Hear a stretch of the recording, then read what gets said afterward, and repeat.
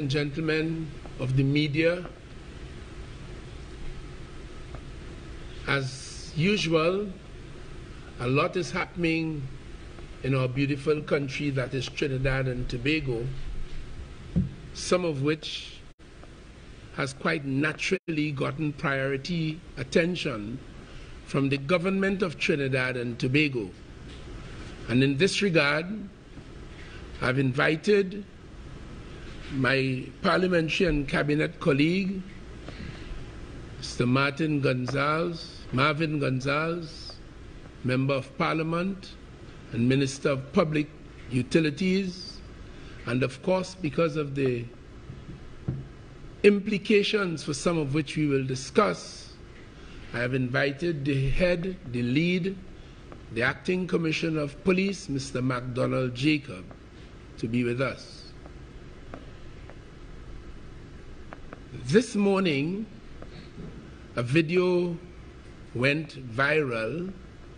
I had the opportunity to see it, and it revealed the gutting and dismantling of a booster station owned and operated by the Water and Sewerage Authority of Trinidad and Tobago, as it tries to provide an essential service, that is to say, the gathering and distribution of water for the use of the people of Trinidad and Tobago, potable in most cases, for our use and for industrial purposes to keep our economy going. As a result of its importance, among other things, elements, water finds itself as an essential service within the context of the Industrial Relations Act of Trinidad and Tobago. And it is therefore of great concern to the government that citizens of this country, persons, could so easily go into an important facility like a booster station, strip it of its electrical and powering capacity, rendering it unable to provide its booster service and ensuring that many people will not get the water that is available to them for their use. That links into an ongoing and for months now issue of the unlawful stealing and removal of copper, which was at the heart of our communications system, telecommunication system. Some of those who were engaged in that went as far as to cut even the fiber cables. No copper, but fiber, which raises an issue about their recklessness and possible more devious intentions. All of these things are a serious threat to our ability to communicate in the national community, electricity, and other telecommunications. And of course, as I explained, our water distribution and supply. And we, the government of Trinidad and Tobago, make no bones about it, see this as a serious national security threat and therefore an issue that falls smack bang in the context of our national security efforts. But I've asked the Minister of Public Utilities to be with us today, so I will invite the Minister of Public Utilities to give an indication at this stage as to the impact of this kind of activity on the communication systems for which he has general oversight as Minister. Minister Gonzalez. Thank you very much, Minister Hines, my cabinet and parliamentary colleague.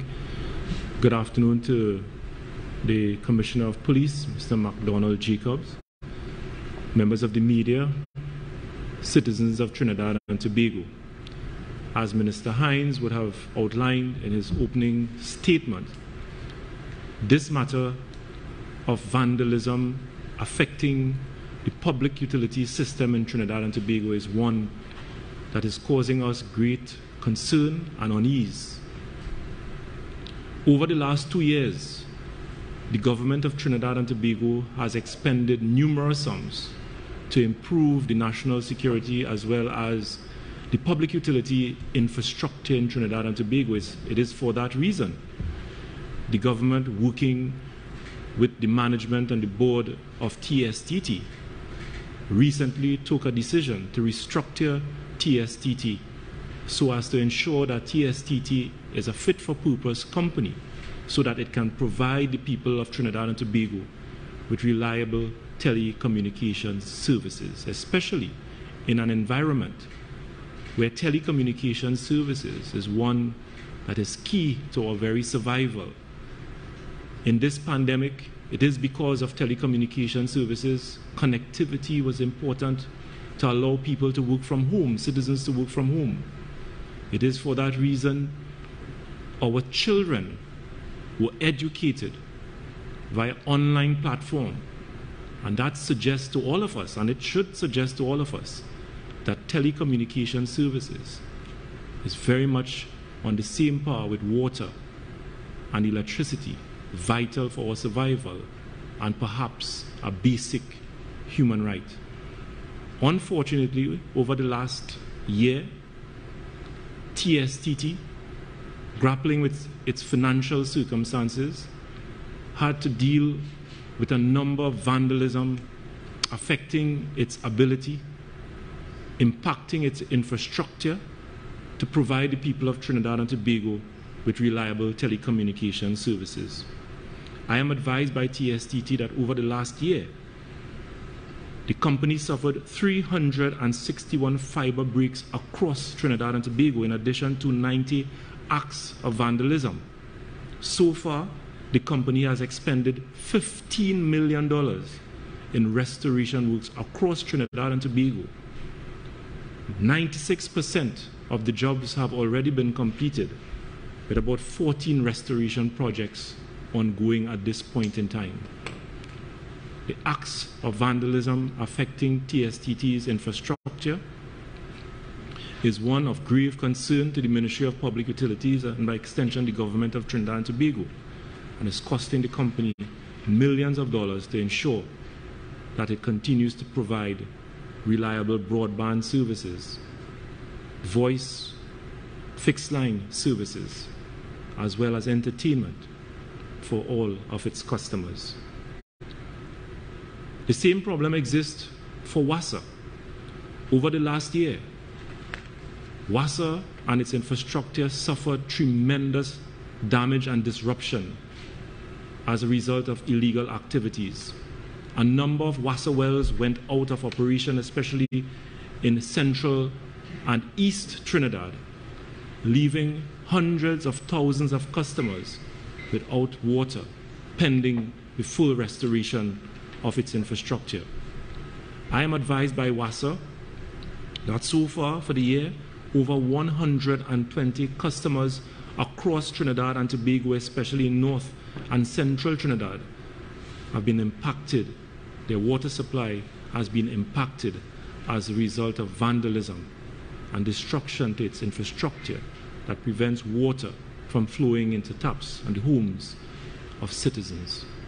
So far, WASA has expended $4 million in restoration work to ensure that the people of Trinidad and Tobago in communities all over Trinidad and Tobago continue to get a reliable and a sustainable water supply. Yesterday, that video that was circulating all over and went viral in Trinidad and Tobago concerning that California booster, the cost and the damage was to the tune of $400,000. And it would take WASA 2 to 3 weeks to get the infrastructure back up and running, thereby severely impacting the utility company's ability to provide water to the people of California and Point Lisas and surrounding areas. I am advised that infrastructure in Siparia, Penal, Faizabad, Point Fortin and environs, Mayaro and environs, Wellington Gardens, Basta Hall, Tortuga, Phoenix Park, Diamond Vale, St. James, Princess Town, All these communities have been impacted by acts of vandalism on WASA's infrastructure. You would have seen in recent times in Bournes Road in St. James, where thieves and disruptors went, cut off cable and copper from distribution lines, leaving hundreds of citizens in Bournes Road and parts of central Trinidad without a reliable supply of water. This situation obviously is one that must be treated seriously. It is criminal in nature. It is intended to cause widespread national chaos and instability. And therefore, the government of Trinidad and Tobago will deal with this as a matter of national security and will respond accordingly. Thank you very much, colleague. And part of that response is also to take into account that as Minister Gonzalez, on behalf of the government of the Republic and for the benefit of all of the people of Trinidad and Tobago, in his attempts to make WASA that important institution which manages this essential service and distributes it in accordance with the Industrial Relations Act, as he seeks to bring greater efficiency and to wipe away any corruption that was quite evident and inefficiencies that were quite evident in the operations of WASA for a long time, there are those in Trinidad and Tobago who prefer to maintain the status quo because they benefit directly and in some cases indirectly from it. The government is not unmindful that in their resistance and their abhorrence of good order and efficiency and no corruption in that state entity and others, there will be pushback. And we in Trinidad and Tobago, truth be told, have had a history in the expression of that kind of pushback, to sacrifice you, the people of Trinidad and Tobago, by disrupting either the free flow of traffic on the road or disrupting the systems that distribute water and electricity. So we are not unmindful of the great possibility that inside of that which the minister has just explained, and all of the public talk about theft of copper, there might be those who may very well use these opportunities to perpetrate more sinister motives against the state for their own limited, perhaps selfish, perhaps even political purposes. So in terms of the government's response, we first decide that this will be treated as a matter of national security. And we have asked the police, led by Mr. Jacob, Mr. MacDonald Jacob, to heighten their focus on these installations in the protection of the interests of the people of Trinidad and Tobago. So I would like now to invite Mr. Jacob, who will tell us what kind of activity the police found themselves engaged in response to this situation that has been going on for many months now, what the police has been doing in relation to it, and in particular the matter that my colleague spoke about in California, the disruption of one of our booster stations. Thank you very much, Commissioner. Sorry about that. Again, good afternoon to all. Thank you very much, Minister, and also Minister Gonzalez. The Trinidad and Tobago Police Service is really and truly taken aback from what is happening in relation to the number of reports concerning the stealing of cable, the copper, and also what we look at the malicious damage that is occurring at these various installations. For the past 2.5 years, we investigated 192 such reports. In fact, 139 persons were arrested and charged. And out of that, 2 dealers, scrapyard dealers, one in Trinidad and one in Tobago, was in fact charged. But the acts continue. And that is the reason why we strongly believe that it is beyond the question of just larceny. Last weekend, I visited the crime scene at Cross Crossing in San Fernando at the TSTT location. And what I saw there was beyond theft. I saw that the copper wire was in fact cut out and removed, but also all the fiber optic cables were also cut and just was left on the ground. My officers also report similar incidents at different locations. So it moved from just larceny to malicious damage in the police terms, where persons are maliciously damaging these particular installations.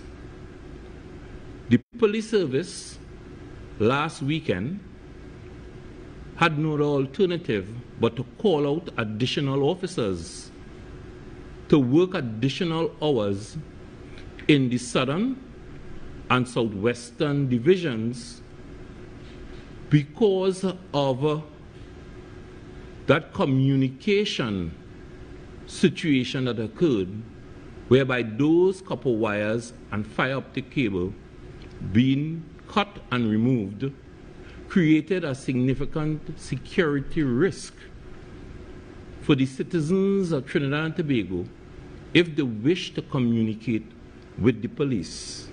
In fact, we had to implement an emergency plan to deal with the situation as it relates to those 2 divisions, and additional officers were called out. We have not yet done a course analysis, as Mr. Gonzalez spoke about earlier, that he worked out the actual course. We can also work out the actual course of what it is costing us when we have to investigate and implement our emergency plans. As it relates to the incident in Coover, California at Phoenix Park, that report was made to us, and the senior superintendent, he has in fact appointed a team of investigators to investigate the matter. When he spoke to me and he told me what the investigators saw, they have the strong opinion that definitely it is beyond the question of just larceny. It is definitely, as I said in the police term, malicious damage.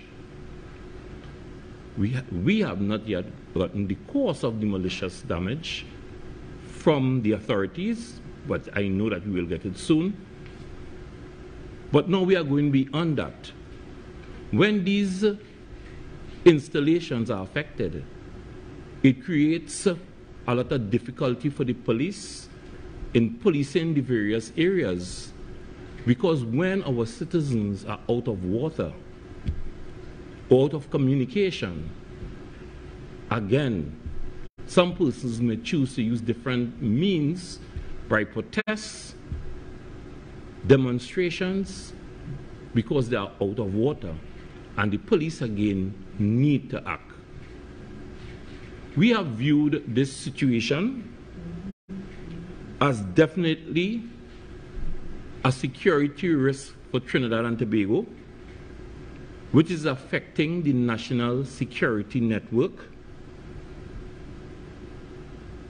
And we firmly believe at this stage, with the consent of the Minister of National Security, we have decided to offer a reward of 100,000 for information that can lead to the arrest and prosecution of the persons who are responsible. We will be utilizing initially our initial numbers of 555 and 800 tips, and we will be doing a release with some other numbers that can be utilized in this regard. I wish to reinforce the point that what is happening is no benefit to our citizens in Trinidad and Tobago, and it is posing a security risk. We, the police, will in fact implement additional measures and will be paying attention to all these various installations to ensure that our tranquil living in Trinidad and Tobago is not interrupted. Again, Minister, thank you very much as we look forward to deal with this scourge that is existing in Trinidad and Tobago. Thank you very much, Commissioner Jacob. Ladies and gentlemen, the police has found that from the evidence available to them that it appears to be a little more than mere larceny. The Malicious Damage Act, since you mentioned it, Commissioner, in Section 21, speaks specifically, that particular section, about waterworks and WASA's facilities. So I do hope that the citizens of this country, in their own interest, because every time you can't get water, you can't communicate. I mean, for days last week, we'll be having problem even with our internet communication. They're cutting these fiber cables and just leaving it there.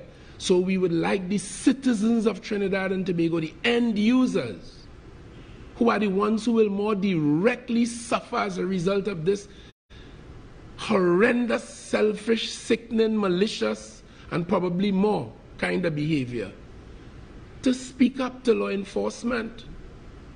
We have asked the Defense Force to heighten patrols around the facilities, communications facilities, and our waterworks as well, to keep watch. And we ask the citizens to reach out and touch that very generous reward of 100,000. It could go a long way, but longer still, it would put some of the criminals where they ought to be. And it will ensure, with their absence, that your communication and your water service is not troubled. And since I was talking about the Malicious Damage Act, and I did speak earlier about the Industrial Relations Act, we are not unaware that in the middle of all the protestation about what is happening in WASA, people might want to behave in a certain way. The Industrial Relations Act will be brought to bear in its full force and glory. And then, of course, at the higher extreme, where the threshold is a lot higher and the standard that is required to prove it is even more, there's the Anti-Terrorism Act in Trinidad and Tobago, where if it could be shown that that kind of action has political motivations, I am sure the Police Commissioner Jacob will pay close attention to its application where appropriate. But the government, only Thursday, sitting in the cabinet, my colleague and I, we would have been dealing with an attempt by the government of Trinidad and Tobago to deal with this problem. And so, the Prime Minister had publicly asked the Attorney General to contemplate and formulate proposals to stem this dangerous activity that has now found itself inside of the scrap metal trade. Because those who are in the scrap metal trade have explained painstakingly, we have an industry here, we have a business here, but there are criminals who are causing us stress. And we are prepared to regulate our affairs, and we are prepared to give information to law enforcement so that our industry will remain untouched and the criminals will be found. And we salute that. But in the meantime, the government had to act.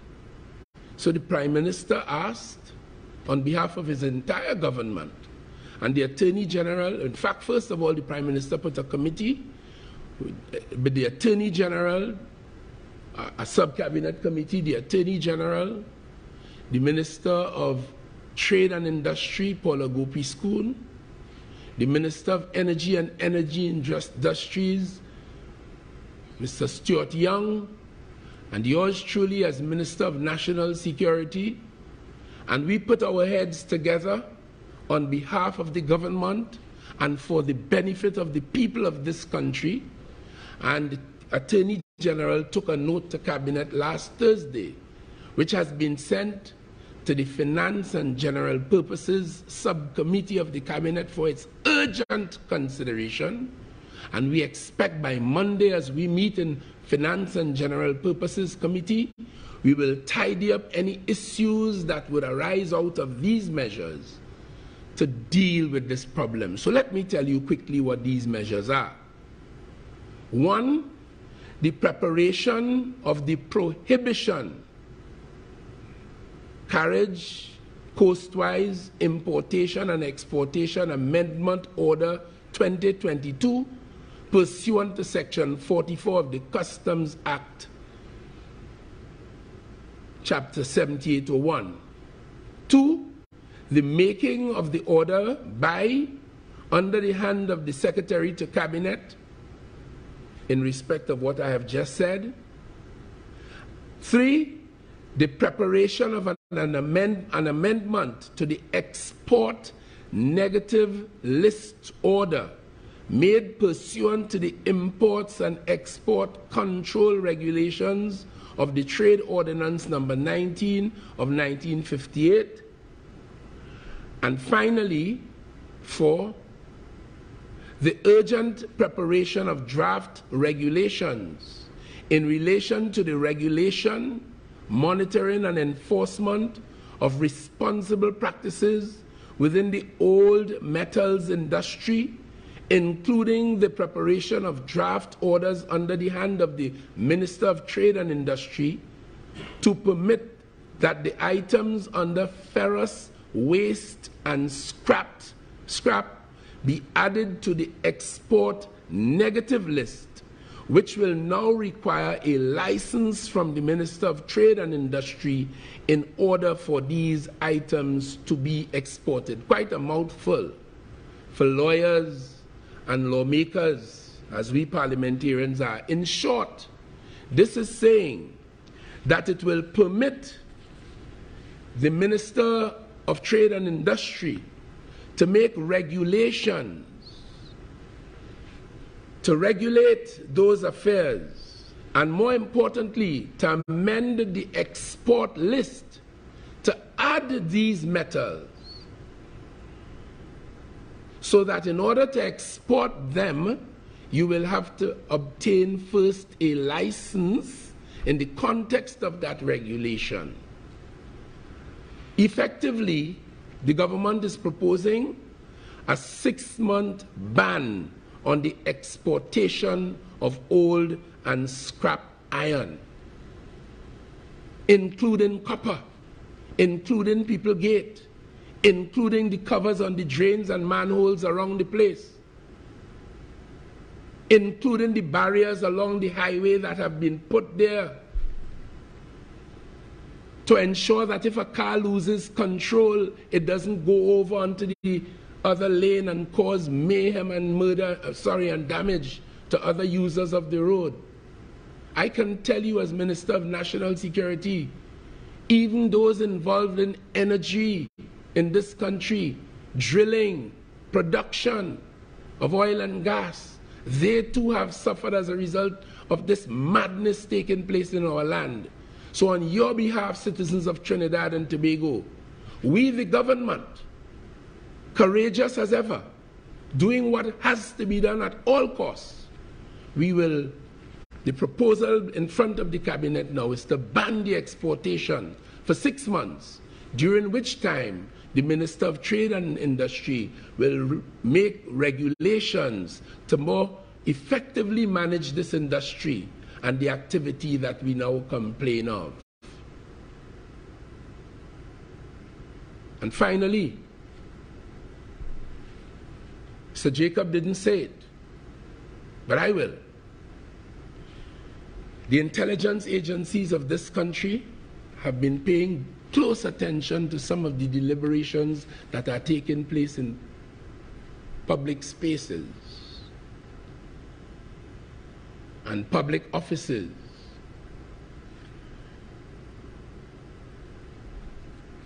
And as a consequence, the police, supported by the defense force, supported by such intelligence, are very mindful of some of the plots that are taking place. That incident in California yesterday coincide with plots that the intelligence agencies are paying attention to. So we urge the citizens of this country, whatever your cause, whatever your motivations, however you feel, you don't have to go there. Come down from there. There are always opportunities, whether it is through the courts or otherwise, to resolve your grievances. But if you choose to resort to disrupting our communications networks and our water distribution networks to suffer the people of Trinidad and Tobago, we are sworn to protect against it. And the police service is even more deeply entrenched as the law enforcement agency, along with the defense force and other arms of national security, to treat with the issues. And again, as I conclude, I ask the citizens of Trinidad and Tobago, these things are not happening in the sky, they are happening right here on Jah Earth. So if you see them, call the numbers Mr. Jacob have shared. You could become $100,000 better off tomorrow. And of course, at the same time, you would have made a serious citizen's contribution to the stability and the maintenance of law and order and the good governance and the peace and serenity, as he described it, of this land, our beautiful Trinidad and Tobago. We are now open to any questions you, the members of the media, would have on behalf of the people of Trinidad and Tobago in relation to the matters that we have just raised. I thank you.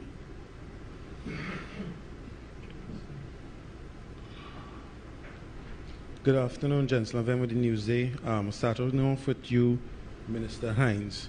You made mention at the end there of a plot that the intelligence agencies would have uncovered. This plot, is there any political ingredients? I'm unable to say. What I could tell you is that I received a call this morning from someone, a communication, that told me certain things. I am unable to say. Apart from that, could you elaborate a bit more on these, or this plot? I don't know if it's one or many plots. Elaborate just a bit more without going into national security issues. I would hardly know all of them. I'm not there. I don't work in the intelligence industry. But what I do know, criminal activity is taking place. Criminal minds are at work. And therefore, there's always plotting and planning. And the intelligence agencies, their business is to unearth these plots and these plans in the protection of you, Jensen Lavin, and all of the people of Trinidad and Tobago. Don't forget, you may not have been around or maybe too immature to recall, but I recall on one occasion at the Trinidad Hilton, we had cricketers here, I think, from one visiting team, And we had a serious problem up there in the context of industrial turmoil in this country. And we've seen many other examples of it. So in this context, all things are possible. And it is the job of the intelligence agencies who are sworn and paid to get to the bottom of those and share them with the law enforcement platform to protect you, the people of Trinidad and Tobago. On that issue of protection, the question will be asked, why then didn't the security agencies, rather than allow what happened yesterday, prevent it by sharing information? I think that's easy to understand and easy to say. I can tell you, I don't know if Mr. Jacob mentioned it, I am aware, in fact I think he said it, that within recent times the police have heightened their activity. They have gone to some of these facilities, they do patrols around there, there are some private security elements, but the truth of the matter is the police cannot be everywhere. Any plans? And we have now asked the Defense Force, I can tell you, collaboration is taking place between all stakeholders so that we can better manage this situation. Now, I know you said there will be increased patrols. There have been, and there will continue to be, from what I have been advised by the Commissioner, who you can direct your questions to. He's better able to answer those than I. Well, this question is whether or not the government will be looking at private security for these compounds, because TTPS is already spread thin. Is the government considering that? I don't know if there's anything to consider per se, because there are private security entities operating across Trinidad and Tobago as we speak, but this activity is taking place. So the police, on behalf of all of us, have heightened the activity in order to deal with this, and they would best know how. Now, you mentioned the banning of the industry for 6 months. The exportation of those metals. When will that come into effect? Well, the matter, as I indicated a moment ago, is before the Cabinet, and when the Cabinet settles on it, it is only then I'll be able to answer your question. But I only wanted you and the people of Trinidad and Tobago to know that the matter is so grave, so serious, so urgent. The Prime Minister instructed the Attorney General, and to his credit, the Attorney General promptly drafted this Cabinet note. It is now before us. Again, we don't do things on the hoof. It is considered by another subcommittee of the Cabinet called FNGP. We will go through it a lot more thoroughly, and I'm confident that by Monday, FNGP would indicate to the Cabinet for Cabinet's consideration shortly what its recommendations are. And if accepted by the Cabinet, it is then that the order that it seeks to put in place will be put in place. And when did the subcommittee meet with the Scrap Iron Dealers Association to discuss this? We met with them, I think, about 2 weeks ago. The exact date, so much is happening, Mr. Levi. I can't tell you the exact date, but I can tell you within the last, about 2 weeks ago, we met and we listened to what they had to say, the subcommittee of which I spoke, and we took on board their considerations, and now the Cabinet is considering this matter. That's after reading a lot about it in your papers too, and after hearing a lot of people complain about losing the gate and losing everything, and videos all over the place, like the one of yesterday. So the government is a listening government. We hear, we look, we listen, we see, we learn, and we act.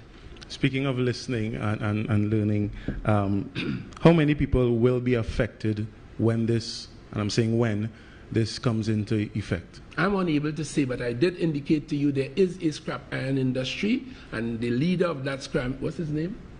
Alan Ferguson.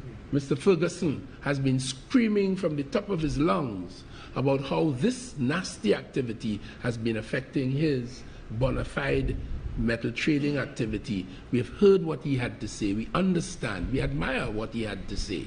And we've taken it into account. But the government has to act. And we are acting in the way that has been proposed. Once the Cabinet agrees, we do so on behalf of all of the people of this land. Commissioner, you said there were 192 reports in the last 2.5 years with 139 people being arrested, 2 of them being scrap iron dealers. Given what the ministers have been saying, it seems as though there is some involvement with state officers. Of this 139 people charged, how many were TSTT, WASA, TNTEC, government workers? I don't have that information at hand at this time, whether or not any state workers were charged. What I can say, that in some of the incidents, persons definitely had a knowledge in how these installations were secured and what is needed in order that they can go about carrying out their activities. I have a few more questions, but I won't be selfish, so I'll pass the mic on and wait for you to come back. I was about to say, it seems as though you are developing, but I admire that, Mr. You're very generous. I admire that. Thank you very much. Could you help Good me with some of afternoon, that paper, Ayana please? Carter from TTT News.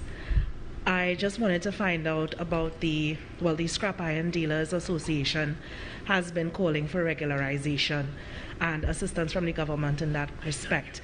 Will this be fast-tracked now that systems are being put in place?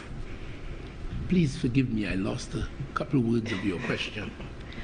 Will the regularization that the scrap iron dealers have been asking government for assistance for, will this process be considered and fast-tracked now as part of dealing with this situation?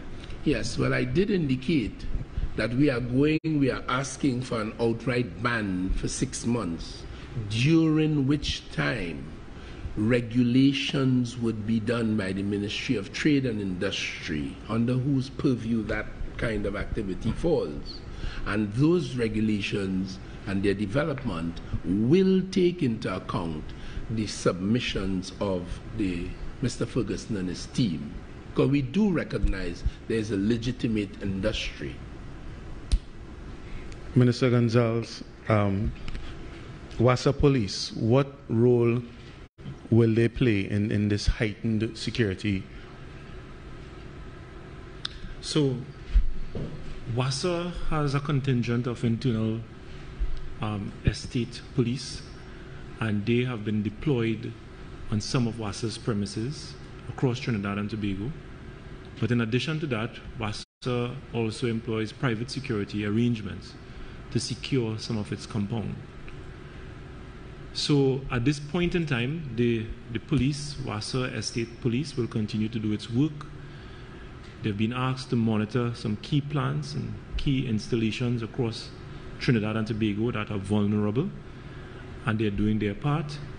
And where it is possible to utilize the private security arrangements, that is also being utilized. But I can also tell you that a lot of focus is being placed upon the utilization of technology, remote camera monitoring systems on all of WASA's infrastructure. And as I speak, very soon I expect quite a large percentage of WASA's infrastructure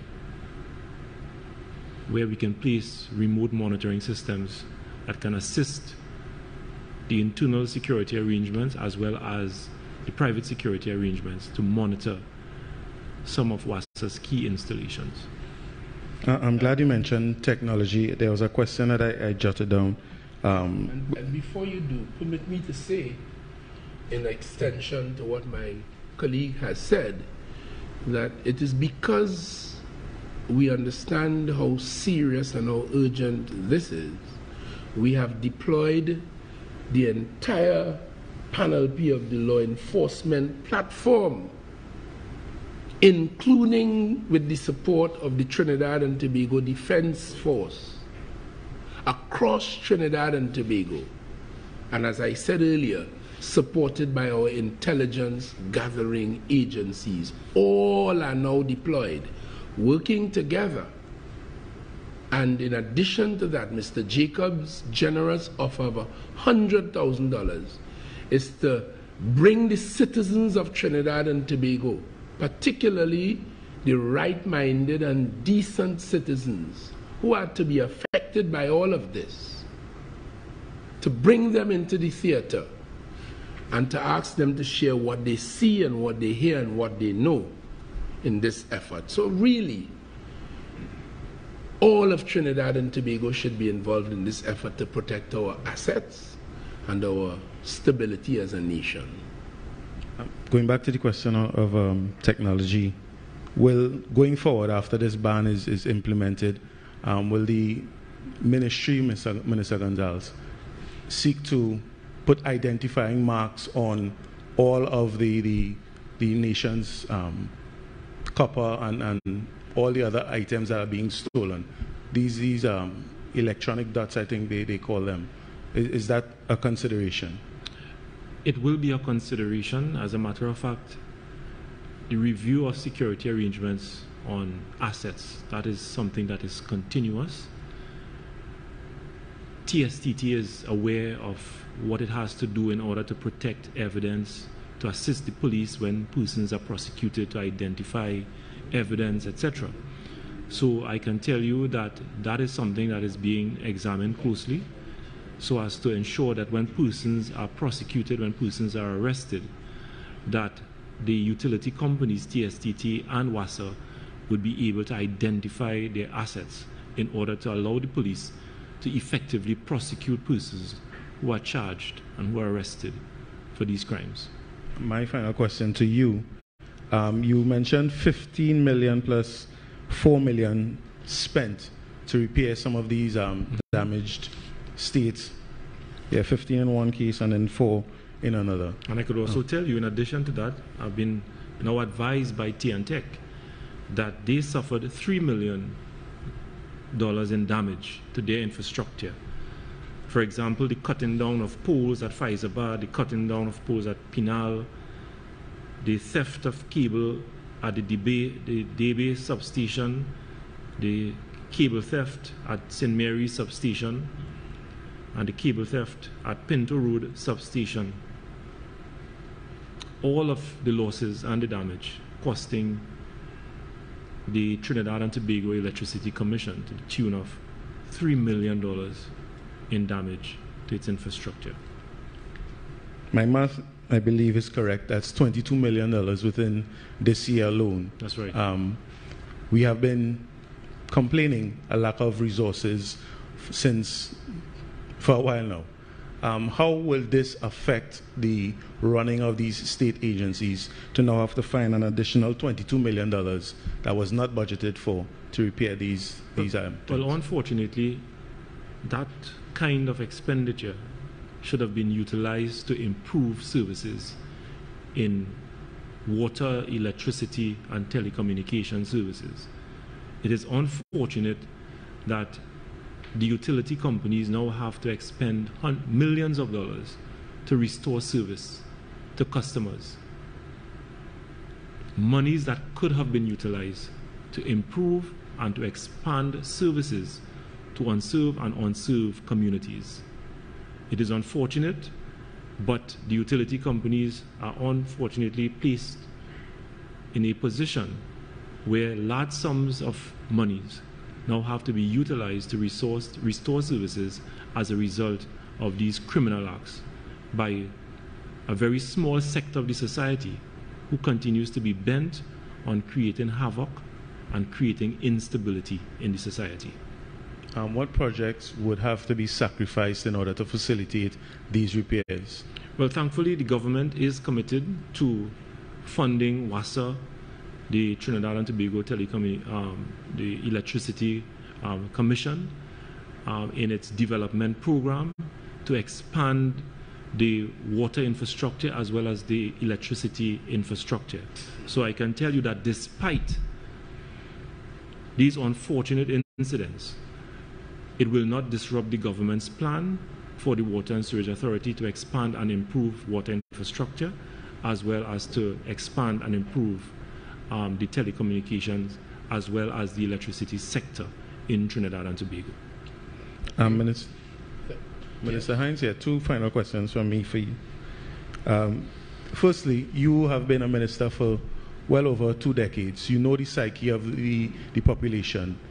I can foresee people saying you're doing this so that the your financiers and the 1%ers could take over the industry, the scrap iron industry. So taking front, how would you respond to that even now? All things are possible to be said in this country. If you ask 3 Trinidadians their opinion, you will get 5. All things are possible. And the media will publish all of those wonderful things. First of all, I don't enjoy using the term 1%. Particularly coming out of emancipation celebrations, recognizing that all of us in Trinidad and Tobago, apart from the indigenous and First Peoples, so-called, have come here under one set of circumstances or the other. All of us have come here in one way and for one reason or at one time or the other. I personally abhor the use of the term 1%. It really is a horrible kind of a construct. I don't care if it was a own goal or otherwise. I don't like it and I don't use it. I respect all of us as citizens of Trinidad and Tobago to start with. So if anybody approach me saying that, I'll get angry, provoked one time, and I might cut the conversation. I feel I better cut it now. No, answer no. What was the question? How would you respond to people saying that your financiers and those in I will ignore them and that as folly and focus on the matters raised by my colleague, focus on the responses raised by the Commissioner of Police, and we will get on with the business of governing Trinidad and Tobago and setting it right for the benefit of all of you in Trinidad and Tobago. I thank you very much. I had one more for you. You do? Yes. Okay. I said 2. You mentioned repeatedly that this is now a national security issue. We see it as such. Yes. Yes. How did you view it prior to yesterday? Well, quite frankly, I always saw it as such, me personally. But I am sure now that most people in the national community will, because water is essential to life and for life, anything that threatens that, particularly not drought, not climate change, but man, Trinidadians, selfish criminals, for whatever reason, disrupting and damaging our booster stations, that's a very serious business as far as we are concerned. And I'm sure most people in Trinidad and Tobago would think that. In addition to that, I told you under the Industrial Relations Act, it is given a pride of place as an essential service and is seen in a particular way. And the Commissioner explained to you today that based on the evidence as unearthed by the police, they have seen evidence of pure malice. And that malice could be motivated by all kinds of reasons. I wouldn't speculate. All I did was to demonstrate what the law says, from the Industrial Relations Act to the Malicious Damages Act to the Anti-Terrorism Act, the full panoply, the full range of the laws of Trinidad and Tobago and more that will be brought to bear when the evidence found by the police matches any one of them. And that being your final question, I would like to thank you profusely and wish you, gentlemen of the media and ladies, Godspeed. And I would like you to use the facilities available to you as the media, the fourth estate in this constitutional arrangement, to encourage the citizens of Trinidad and Tobago to do right unto Trinidad and Tobago. And in this particular case, work hard towards the 100,000 that has been generously offered and share information. We want to find those who did that in California yesterday. Good luck, God bless, and we thank you.